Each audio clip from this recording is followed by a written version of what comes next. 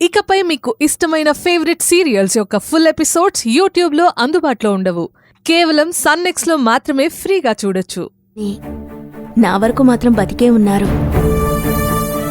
అందుకే నేను చేయబోయే ప్రతి విషయాన్ని, చేస్తున్న ప్రతి పనిని ఆయనకి చెప్తూ ఉంటాను. అంకుల్ వింటారా? వింటారు,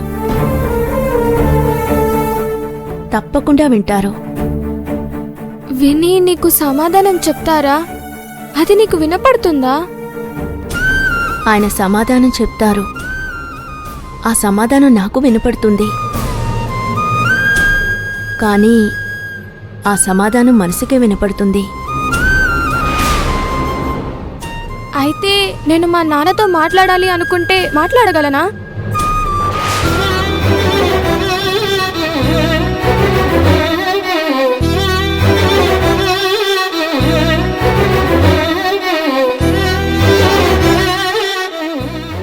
మా నాన్న బ్రతికే ఉన్నారుగా. ఆయన మాటలు కూడా నాకు వినిపిస్తాయా?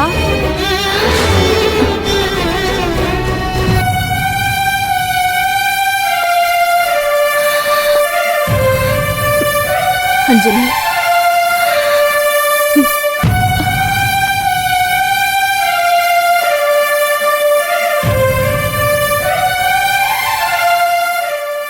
మీ నాన్నగారు రాముగారేనని నేను చెప్పలేకపోతున్నాను తల్లి, నన్ను క్షమించు.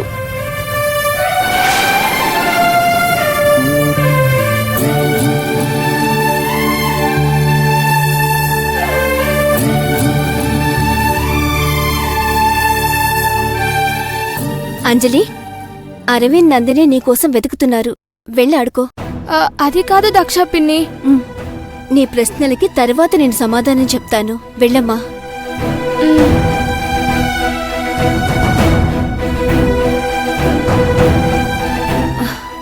ఏంటక్క ఇది? అంజలికి అలా చెప్పావేంటి? ఎందుకక్క? అంజలి తన తండ్రి గురించి అడిగినప్పుడల్లా నువ్వెందుకు టెన్షన్ పడుతున్నావు? అంజలి గతం గురించి నీకంతా తెలుసు కదా. దానికి రాముగారికి ఏమన్నా సంబంధం ఉందా?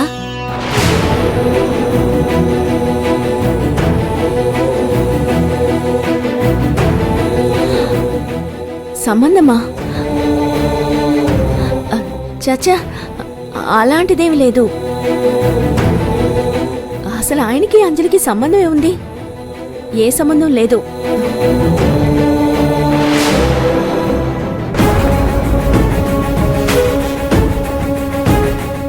ఏంటి గుర్తొస్తున్నాయా? గీత మాటలు, చేష్టలు, చూపులు అన్నీ గుర్తొస్తున్నాయా? నేను చెప్తుంది నిజమో అబద్ధమో ఇప్పటికైనా అర్థమైందా?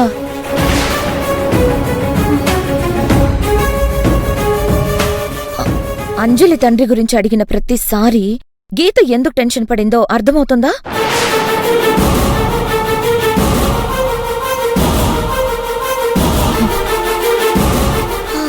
షాక్ అయ్యావు కదూ? నమ్మలేకపోతున్నావు కదూ?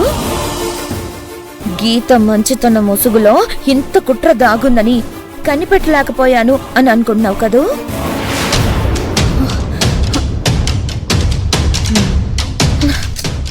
నేను నీలాగే షాక్ అయ్యాను. ఈ నిజం తెలిసిన వెంటనే నమ్మలేకపోయాను. కానీ మనం నమ్మినా నమ్మకపోయినా నిజం నిజమే. అదెప్పటికీ మారదు.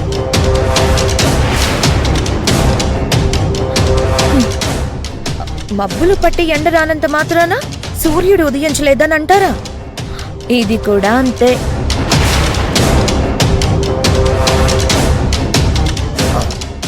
ఆలోచించు దక్ష. రాము అని పేరు పెట్టుకున్నంత మాత్రాన మన బావగారు శ్రీరామచంద్రుడు అయిపోడు. గీత సీతమ్మ తల్లి అయిపోదు. అయినా ఈ బుద్ధి వాళ్ళ వంశంలోనే ఉంది.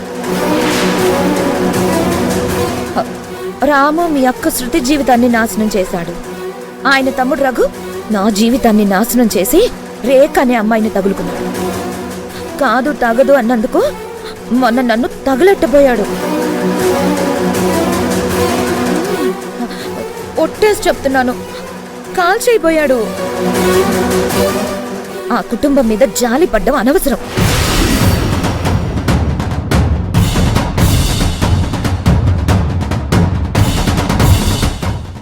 నమ్మలేకపోతున్నాను, నిజంగా నమ్మలేకపోతున్నాను. అమాయకంగా కనిపించే గీత వెనుక ఇంత కుట్రుందా?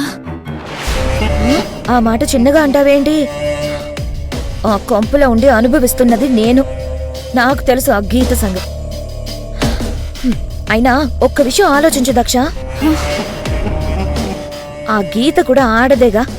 తన భర్త ఇంకొక ఆడపిల్ల జీవితాన్ని నాశనం చేసినప్పుడు ఆ విషయాన్ని దాచిపెట్టి తన భర్తని ఒక పరమ పవిత్రుడైన క్యారెక్టర్ కింద చూపించడం న్యాయమా?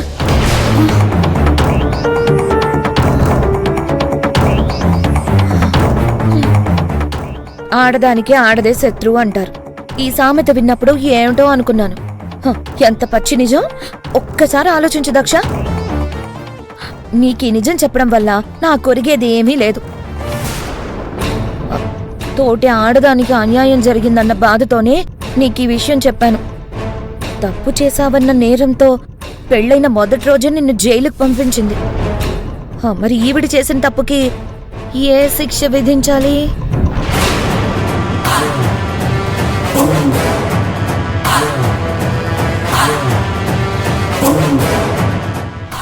ఎవరు శిక్ష విధిస్తారు?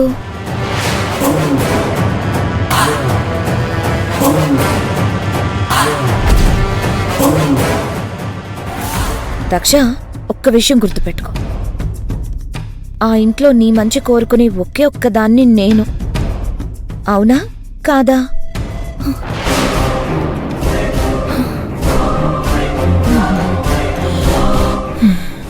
నీ జీవితాన్ని నాశనం చేసింది ఆ గీత. అవునా కాదా? అవును. మీ అక్క జీవితాన్ని నాశనం చేసి అంజలిని అనాథని చేసిన ఆ రాము కుటుంబాన్ని ఏం చేయాలి? చంపేయాలి.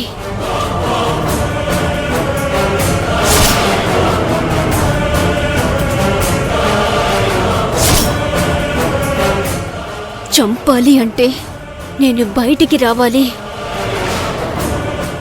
బయటికి రావాలంటే బెయిల్ కావాలి. ఆ బెయిల్ నువ్వు ఇప్పించగలవా? అది నాకెలా సాధ్యం? నేను నీకు బెయిల్ ఇప్పించానని తెలిస్తే మొదట నన్ను చంపి పాతేస్తాడు నా మొగుడు రాఘు. దక్ష, నేను నీకు సలహా ఇచ్చాను. రేపు నువ్వు బయటికి వస్తే సహకరిస్తాను. అంతే తప్ప బెయిల్ మాత్రం ఇప్పించలేను. ఆ విషయం నువ్వే చూసుకోవాలి.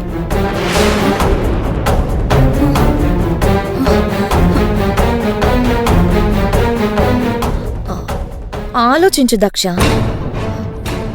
ఏదో ఒకటి చేసి నువ్వు జైలు నుంచి బయటికి రాగలిగితే నీకు కావలసిన సహకారం నేను అందిస్తాను.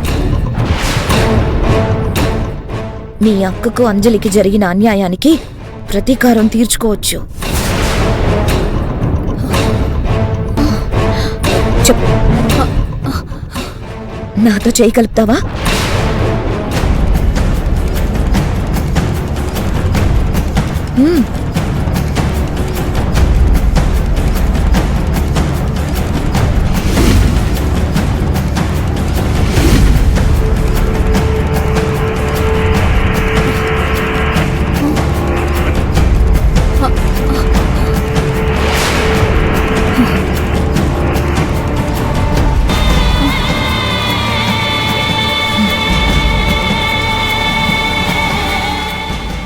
అమ్మా, టైం అయిపోయింది.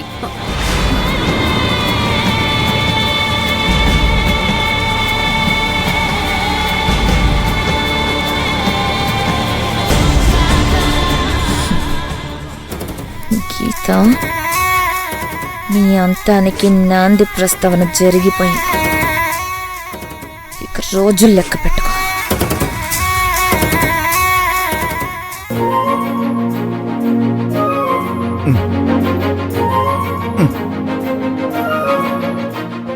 ఏమండి, ఏంటిది?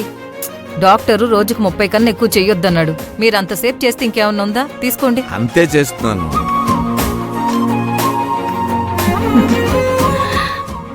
అమ్మ గీత, నువ్వు కూర్చోమ్మా, నేను వెళ్ళి కాఫీ తీసుకొస్తాను. మీకెందుకత్తయ్య శ్రమ?